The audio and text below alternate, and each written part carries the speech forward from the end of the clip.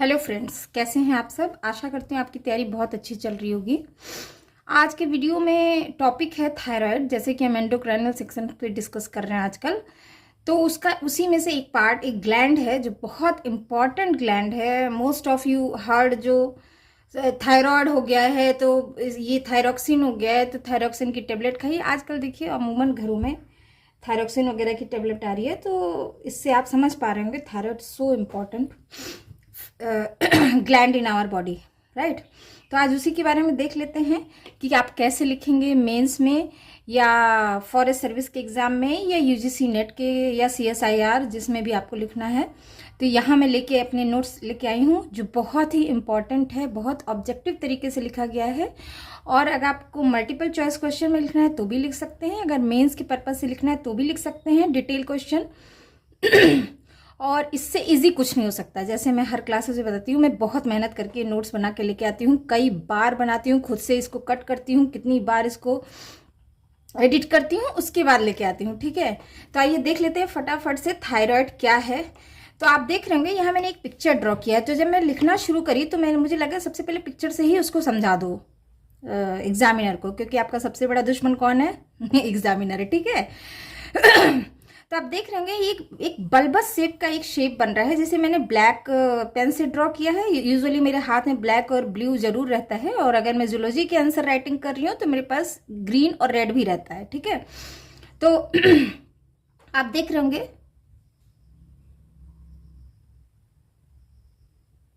कि दोनों तरफ ये बल्बस शेप का एक ट्यूब्यूल टाइप का है, ठीक है। तो दो बल्बस शेप के ट्यूब्यूल हैं, और यहाँ पे एक डॉट बनता है। देखिए 1 2 3 4 5 6, लगभग 6 बल्ब यहाँ बन रहे हैं, ठीक है।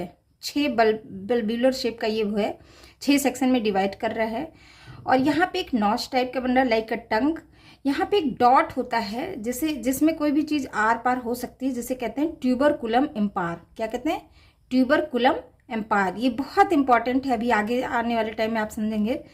आने वाले जैसे जैसे मैं बताते जाऊंगी आपका चीजें क्लियर होती जाएंगी, ठीक है। अब यहाँ देखिए, ये जो चीज है that is the thyroid gland. ये कैसे होता है? यहाँ से अटैच है, यहाँ है। इसको कहते हैं फोरामेन सीकम। फोरामेन मतलब कोई छेद, फोरामेन मतलब होता है छेद या होल, फोरामेन सीकम। और ये जो लटक रहा है शेप का, ठीक है, इसको कहते हैं थायरोग्लोसल डक्ट। क्या कहते हैं? थायरोग्लोसल डक्ट, थायरोग्लोसल डक्ट, ठीक है। तो एक तो लोब है, ये स्थमस का स्ट्रक्चर है, मतलब आप अच्छा, ये बताने की तो जरूरत थी नहीं कि ये गले वाले पार्ट में, नेक रीजन में पाया जाता है, ठीक है।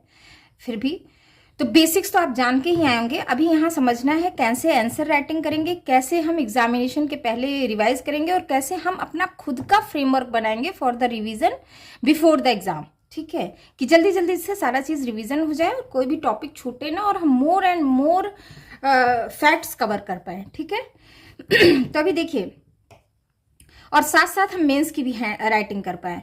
अभी देखिए, ये तो आपका हो गया, ये राइट एंड लेफ्ट एक बल्ब का लोब्यूल शेप में पाया जाता है, लोब्यूलर शेप में, ठीक है। और ये स्थमस से कनेक्टेड होता है। अब ये चीज जो है ना, दैट इज द थायराइड। अब देखिए यहाँ पे एक होता है फोरामेन सीकम।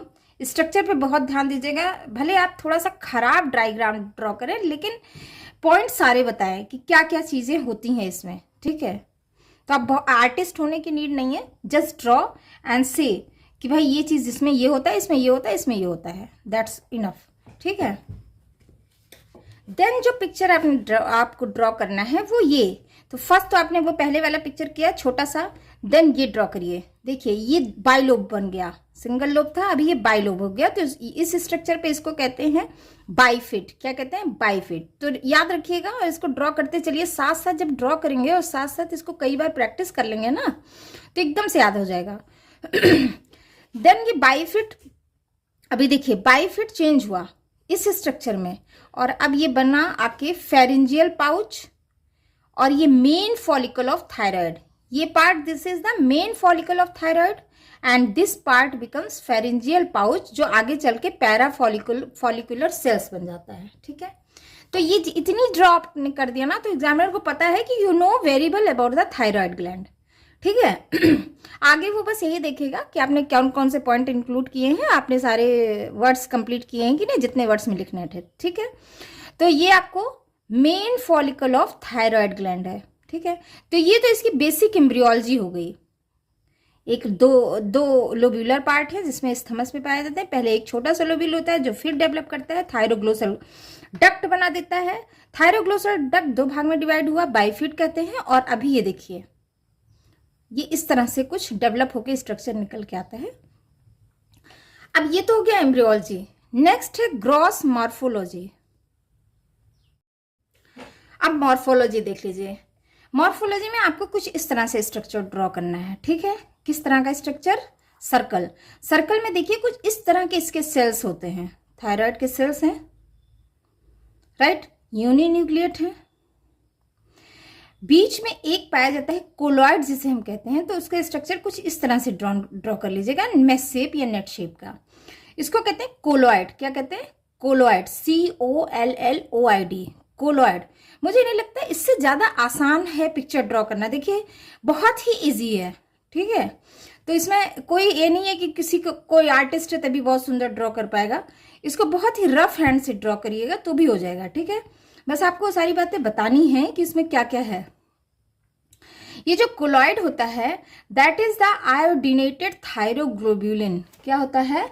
आयोडीनेटेड थायरोग्लोब्यूलिन। सभी जानते हैं थायराइड में आयोडीन का बहुत इंपॉर्टेंट है।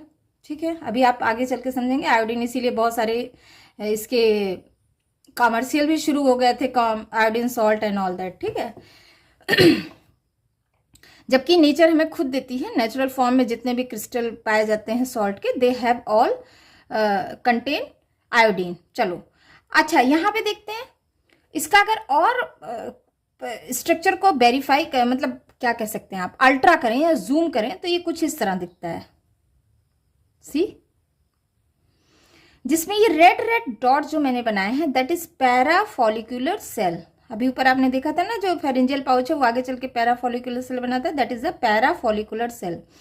ये सर्कल सर्कल है दैट इज फॉलिक्यूलर सेल, और ये आप देख ही रहे हैं।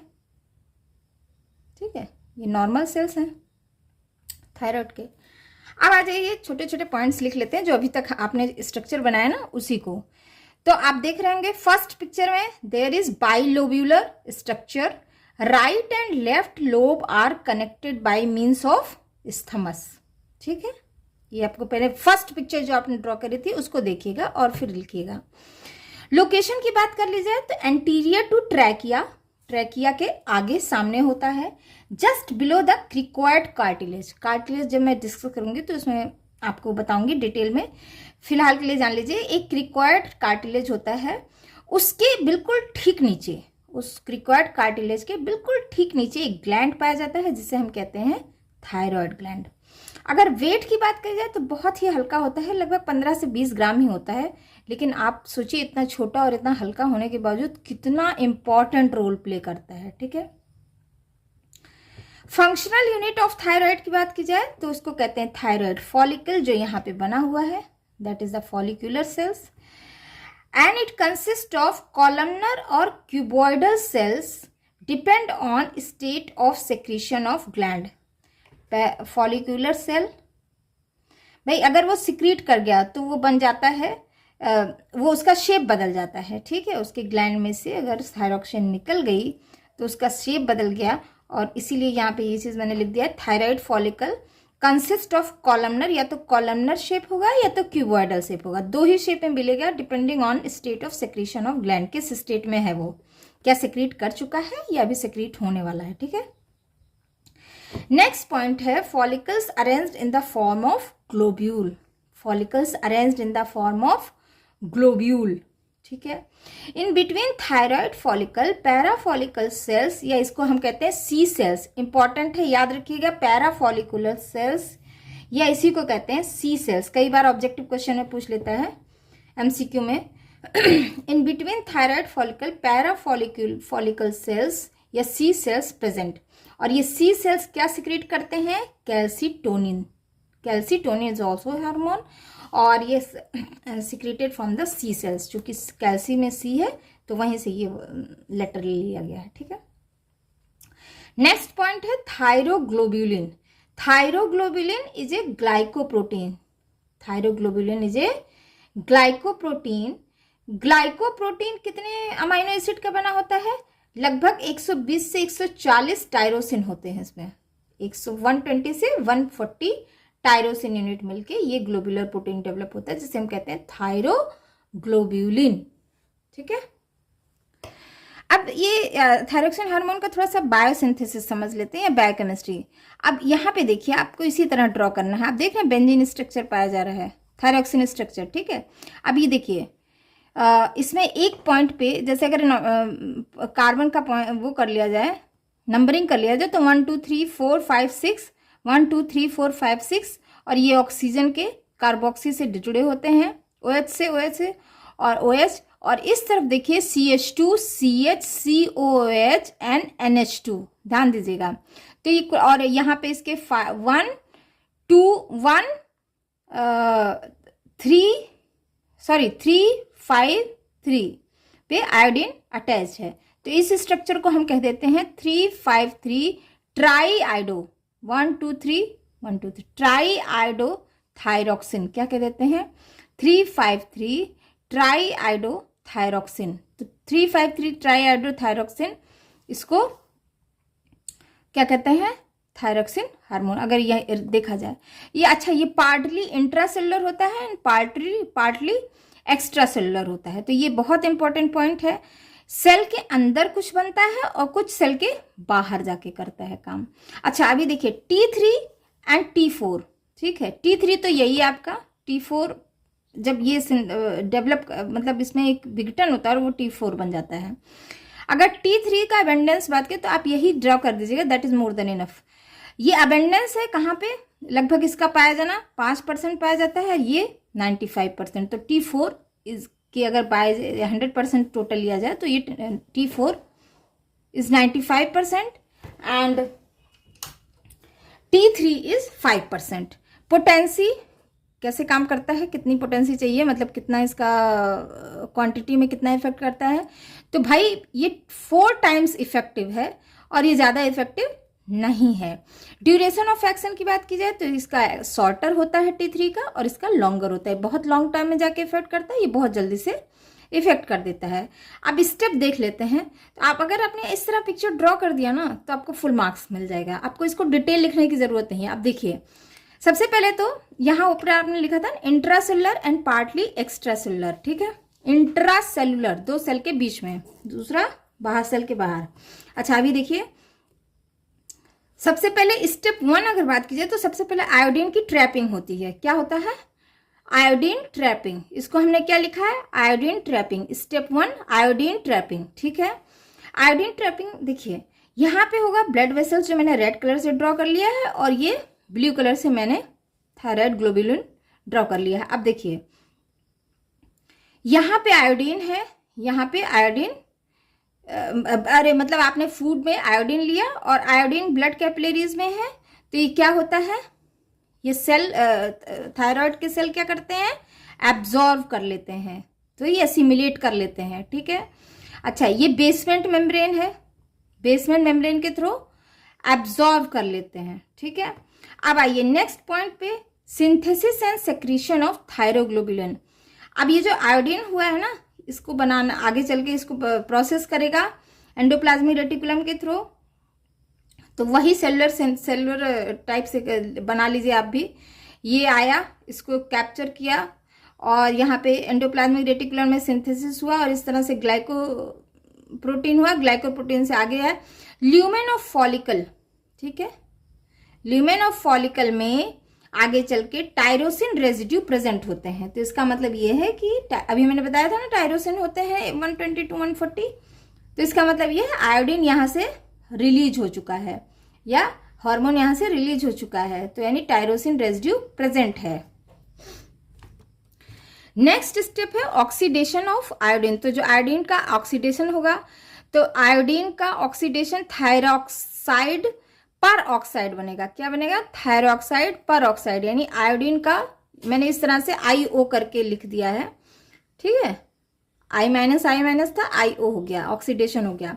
नेक्स्ट स्टेप है iodination of thyroglobulin in presence of thyroid peroxidase, in presence of thyroid peroxidase. तो अभी देखिए आपने स्ट्रक्चर देखा था ना, ट्राईआयोडोथायरॉक्सिन, ट्राईआयोडोथायरॉक्सिन से क्या ऐड हो रहा है, आयोडीन, और क्या बना रहा है, थायराइड पर ऑक्साइड, अरे सॉरी थायराइड पर ऑक्साइड के प्रेजेंस में क्या बना रहा है, थायरोग्लोबुलिन, थायरोग्लोबुलिन का आयोडाइनेशन हो रहा है। ठीक है, यही तो भाई स्ट्रक्चर बनाना है ना हमें आगे, जो पीछे में हमने देखा था कि किस तरह का थायरोक्सिन हार्मोन का स्ट्रक्चर होता है, 3,5,3 ट्राईआयोडो थायरोक्सिन, ठीक है, थायरोनिन। अच्छा अब ये बन गया इतना, आयोडीनेशन हो गया। नेक्स्ट आता है कपलिंग। कपलिंग के लिए दो मॉलिक्यूल इस तरह से कपलिंग करेंगे, तो मोनो आयोडोथायरोक्सिन प्लस डाईआयोडोथायरोक्सिन मिलके बनता है T3 या ट्राईआयोडोथायरोनिन, और DIT यानी डाईआयोडोथायरोनिन प्लस डाईआयोडो ये T4 बनाता है, T3 एंड T4। देखिए यहाँ पे बन रहा है, यहाँ पे ये दोनों में कपलिंग हो रही है, राइट। अब आइए एंडोसाइटोसिस ऑफ, अब इसको बाहर निकलना है, मतलब सेल के अंदर एब्जॉर्ब कर लेना है। एंडोसाइटोसिस मतलब सेल इसको खा लेगा।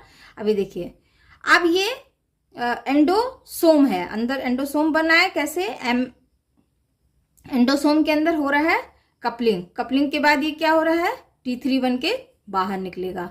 ठीक है, seventh phase lysosome fused with endosome and formation of endolysosome. ये lysosome fused with endosome and formation of endolysosome, thyroxine. देखिए इसी तरह आप ड्रॉ करिएगा, DIT MIT यहाँ से होके यहाँ आया, थायराइड अलग हो गया, थायरॉक्सिन अलग होगा, और यहाँ पे T3 एंड T4 ब्लड में वापस क्या हो गया, एब्जॉर्ब हो गया। T3 and T4 absorb in blood and remaining DIT and MIT। DIT MIT क्या है, पहले बताया ना, डाईआयोडोथायरोनिन एंड मोनोआयोडोथायरोसिन। ये डिग्रेड हो जाता है, डिग्रेड हो के क्या बन जाता है, tyrosine and iodine in the presence of deiodinase. तो एंजाइम आप लिख ही लीजिएगा, एज लगा देते हैं, क्योंकि डाई है तो यहाँ पे डाईआयोडोनेज कर देंगे। ठीक है, इन द प्रेजेंस ऑफ डाईआयोडोनेज ये डिसोसिएट हो जाता है। ठीक है, और T4 एंड T3 एब्जॉर्ब हो जाता है ब्लड में। इस तरह से इसका फंक्शन चलता रहता है। ठीक है, तो अब आप समझ गए कैसे आयोडीन लिया, कैसे उसको lysosome in the presence of endoplasmic reticulum में वो गया, और उसका पहले आयोडीनेशन होगा, देन कपलिंग होगी, और देन एंडोसाइटोसिस हो जाएगा थायरोक्सिन का।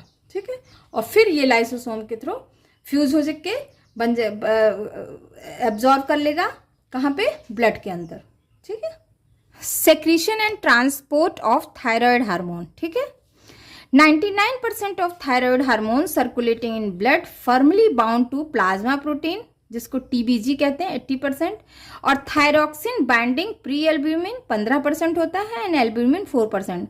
तो ये एक प्रोपोर्शन मत भूलिएगा, एक जो सारा देखा जाए अगर थायराइड हार्मोन को, तो 80% प्लाज्मा से अटैच होता है, 15% प्री एल्ब्यूमिन होता है थायरोक्सिन, और 4% एल्ब्यूमिन होता है।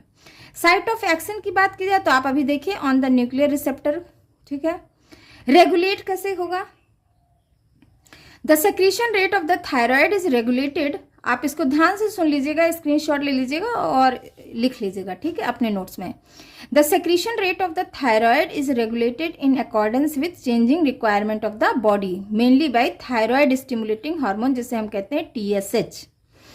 ये कहाँ से रिलीज होता है, इसीलिए मैंने आपको पिट्यूटरी ग्लैंड के नोट्स पहले दिए, क्योंकि इससे आपको ये समझ में आसानी हुई। तो पिट्यूटरी से क्या रिलीज हुआ, TSH, अंडर ए फीडबैक रेगुलेशन। ये बहुत इंपॉर्टेंट है, फीडबैक रेगुलेशन, मेरे ख्याल से 10-12 में आपने पढ़ा होगा। फीडबैक रेगुलेशन में क्या होता है, द सेक्रेशन ऑफ TSH, कोई एक TSH टाइप का हार्मोन निकलेगा, और ये inversely proportional to its own blood level. ठीक है, जितना ब्लड में ज्यादा बढ़ेगा तो ये कम हो जाएगा, ब्लड में कम हो जाएगा तो ये बढ़ जाएगा। The thyroid secretion is directly proportional to blood level of TSH। अगर ब्लड में TSH ज्यादा है तो थायराइड ज्यादा रिलीज होगा, अगर ब्लड में TSH कम है तो थायराइड कम रिलीज होगा। ठीक है, but inversely proportional to the blood level of thyroid hormone. ठीक है, low temperature of body also stimulate thyroid secretion. इसीलिए जो ठंडी जगहों पे रहते हैं उनका थायराइड ग्लैंड बहुत एक्टिव होता है। ठीक है, अच्छा ये तो हो गया रेगुलेशन की फीडबैक मैकेनिज्म के फीडबैक रेगुलेशन होता है। फंक्शन देख लिया जाए तो फर्स्ट फंक्शन है increase in cellular metabolism, metabolism को बढ़िया कर देता है। बीएमआर को इंक्रीज कर देता है, body mass ratio up to 60 to 100%। Glucose पे किस तरह असर करता है, अगर ग्लूकोज पेरिफेरल टिश्यू में अगर अपटेक हुआ बढ़ गया तो ग्लाइकोलिसिस बढ़ा देगा, यानी resorption of glucose in GIT यानी गैस्ट्रोइंटेस्टाइनल ट्रैक्ट में ग्लूकोज का एब्जॉर्प्शन बढ़ जाएगा। फैट पे लिपोलिसिस इंक्रीज कर देता है, यानी एडिपोज टिश्यूज को डिग्रेड करना शुरू कर देता है। फ्री फैटी एसिड अगर डिग्रेड हो जाएगा यानी टूटना शुरू हो जाएगा, यानी फ्री फैटी एसिड बन जाएंगे और वो ब्लड में बढ़ जाएंगे। और फिर फैटी एसिड बनने के साथ साथ क्या बनेगा, ketone bodies not form. Free fatty acid बनने बढ़ेगा लेकिन कीटोन बॉडीज नहीं बनेगा। ठीक है, करता है। नेक्स्ट प्रोटीन पे काम किस तरह करता है, प्रोटीन सिंथेसिस बढ़ जाता है क्योंकि एंजाइम इंक्रीज हो गया और ये प्रोटीन सिंथेसिस बढ़ गया, नहीं प्रोटीन कैटाबॉलिज्म बढ़ा देता है। ठीक है, मसल्स टिश्यूज में क्या करेगा, प्रोटीन कैटाबॉलिज्म बढ़ा देगा। यानी प्रोटीन कैटाबॉलिज्म क्या होता है, प्रोटीन टूटना, प्रोटीन का विघटन शुरू हो जाता है मसल्स टिश्यूज में। Effect at cellular level, cellular level पे कैसे क्या काम होता है, थायरॉक्सिन है, इंट्रासेलुलर रिसेप्टर होते हैं जो कैप्चर कर लेते हैं। This stimulate gene expression. ठीक है, इसी तरह लिखेगा, स्टिमुलेट जीन एक्सप्रेशन हो गया। अब जीन एक्टिव हो गया तो क्या करेगा, प्रोटीन सिंथेसिस बढ़ा देगा, एटीपी ब्रेकडाउन बढ़ गया, कैलोरीजेनिक इफेक्ट आया, यानी थर्मोजेनेसिस यानी टेम्परेचर बढ़ गया। इसीलिए ठंडे देशों में थायराइड बहुत एक्टिव होता है और होना भी चाहिए। अगर हमें ठंडी लगती है तो थायरॉक्सिन बहुत इंपॉर्टेंट है, वो हमारे शरीर में थर्मोजेनेसिस क्रिया बढ़ा देती है, यानी प्रोटीन को तोड़ के हीट कर देती है। ठीक है, अच्छा ऑर्गन लेवल पे कैसे काम करता है, effect on organ level, metabolism बढ़ा देगा पेरिफेरल टिश्यूज में, तो ऑक्सीजन का रिक्वायरमेंट बढ़ जाएगा, तो मोर कार्डियक आउटपुट, ज़्यादा ऑक्सीजन लेंगे तो ऑक्सीजन का वो भी हार्ट से भी ज़्यादा आउटपुट निकलेगा और हार्ट रेट बढ़ जाएगा। मेटाबॉलिज्म बढ़ गया तो यानी कार्बन डाइऑक्साइड रिलीज होगा। ठीक है, क्योंकि मेटाबॉलिज्म में कार्बन डाइऑक्साइड, हम जब मेटाबॉलिज्म और डिस्कस करेंगे ग्लाइकोलिसिस वगैरह तब देखेंगे, तो वो कार्बन डाइऑक्साइड बढ़ा। कार्बन डाइऑक्साइड बढ़ने की वजह से हाइपर वेंटिलेशन बढ़ गया। ठीक है, जल्दी जल्दी सांस लेने लगेंगे। मोर नाइट्रोजनस वेस्ट, आप पहले भी देखे हैं कि प्रोटीन का कैटालिसिस करता है तो नाइट्रोजन और नाइट्रोजनस वेस्ट बनेगा, यानी किडनी फंक्शन इंक्रीज होगा। भाई नाइट्रोजनस वेस्ट ज्यादा बनेगा यानी किडनी का काम क्या है, नाइट्रोजन को रिमूव करेगा ना ब्लड से, यानी साफ करेगा, प्योरीफाई करेगा। अच्छा, माइलिनेशन ऑफ नर्व, नर्व के ऊपर एक सीथ होती है जिसके माइलिन सीथ कहते हैं, वो भी प्रोटीन की बनी होती है। तो ये नर्व्स का माइलिनेशन और development of cerebrum and cerebrum को बढ़ाता है इन्फेंट एंड प्रेग्नेंट वीमेन में, किसके, छोटे बच्चों और गर्भवती महिलाओं में बढ़ा देता है। ठीक है, ये तो हो गया ऑर्गन लेवल पे काम। अप्लाइड एस्पेक्ट की बात की जाए तो थायरोटॉक्सिकोसिस, मतलब बहुत ज्यादा इसका टॉक्सिकोसिस हो जाए, एक्सेस कंडीशन में अगर थायरॉक्सिन है तो इसको कहते हैं ग्रेव डिजीज। क्या कहते हैं, ऑटो इम्यून डिसऑर्डर। तरह तरह की बीमारियां हो जाती हैं जिसे हम कहते हैं ऑटो इम्यून डिसऑर्डर। कारण पता नहीं होता है लेकिन यह हार्मोनल इम्बैलेंस की वजह से हो जाता है। तो ये होता है एक्सेस कंडीशन में। तो अगर थायराइड हार्मोन ज़्यादा हो जाता है, थायरॉक्सिन ज़्यादा हो गया तो इसको कह देते हैं ग्रेव डिजीज। अगर डेफिशिएंसी है तो बच्चों में क्रिटिनिज्म हो जाता है। ठीक है, क्रिटिनिज्म यानी ब्लड में, यूरिन में बहुत ज़्यादा क्रिएटिनिन होने लगता है और धीरे धीरे किडनी खराब हो जाती है और डायलिसिस पे पहुंच जाता है। फिर मिक्सीडीमा एडल्टहुड में, अगर डेफिशिएंसी अगर एडल्टहुड में हो तो मिक्सीडीमा हो जाता है। अभी आप कमेंट करके बताएंगे इसके क्या सिम्टम्स हैं मिक्सीडीमा के। हाशिमोटो डिजीज बहुत इंपॉर्टेंस, इसको हम कहते हैं ऑटो इम्यून डिसऑर्डर। ठीक है, इसको अगर डिटेल में समझना है तो आप गूगल कर लीजिएगा। इतना लिखने की ज़रूरत नहीं होती कि एक एक अब हम इसके बारे में बताना शुरू कर दें कौन कौन से डिजीज़ क्या क्या है, ठीक है, वो नहीं ज़रूरत है। ठीक है, cretinism mentally retarded and sterile dwarf होता है। Myxoedema mucus accumulation in subcutaneous tissues. ठीक है, तो अगर आपका इंटरनेट काम नहीं कर रहा है तो मैंने आपको यहाँ पे बता दिया है। ठीक है, तो आप लिख दीजिएगा, टाइम है तो लिख दीजिएगा, नहीं तो नॉट रिक्वायर्ड। नेक्स्ट, अभी पीछे मैंने बात की थी थायरोकैल्सिटोनिन या कैल्सिटोनिन या C cells. Non iodinated hormone होते हैं secreted by the parafollicular cells, जो आप देखे होंगे। इसको सी या क्लियर सेल भी कहते हैं। क्या कहते हैं? सी सेल्स ऑफ थायराइड स्ट्रोमा। ठीक है, स्ट्रोमा के थायराइड के स्ट्रोमा सेक्शन में पाया जाता है। It retard bone dissolution and stimulate excretion of calcium in urine. ठीक है, बोन के डिसोल्यूशन को ये कम कर देता है और यूरिन में कैल्शियम के सिक्रीशन को ये एक्सक्रीशन को बढ़ा देता है, स्टिमुलेट कर देता है। इस तरह से it lowers calcium ion in extra cellular fluid में ये कैल्शियम आयन की क्वांटिटी को कम कर देता है। ठीक है, तो that is the function of calcitonin hormone. तो that is all about thyroid gland. Next हम पढ़ेंगे पैराथायराइड ग्लैंड, जो मैं नेक्स्ट वीडियो में डिस्कस करूंगी। Thanks for listening, bye bye.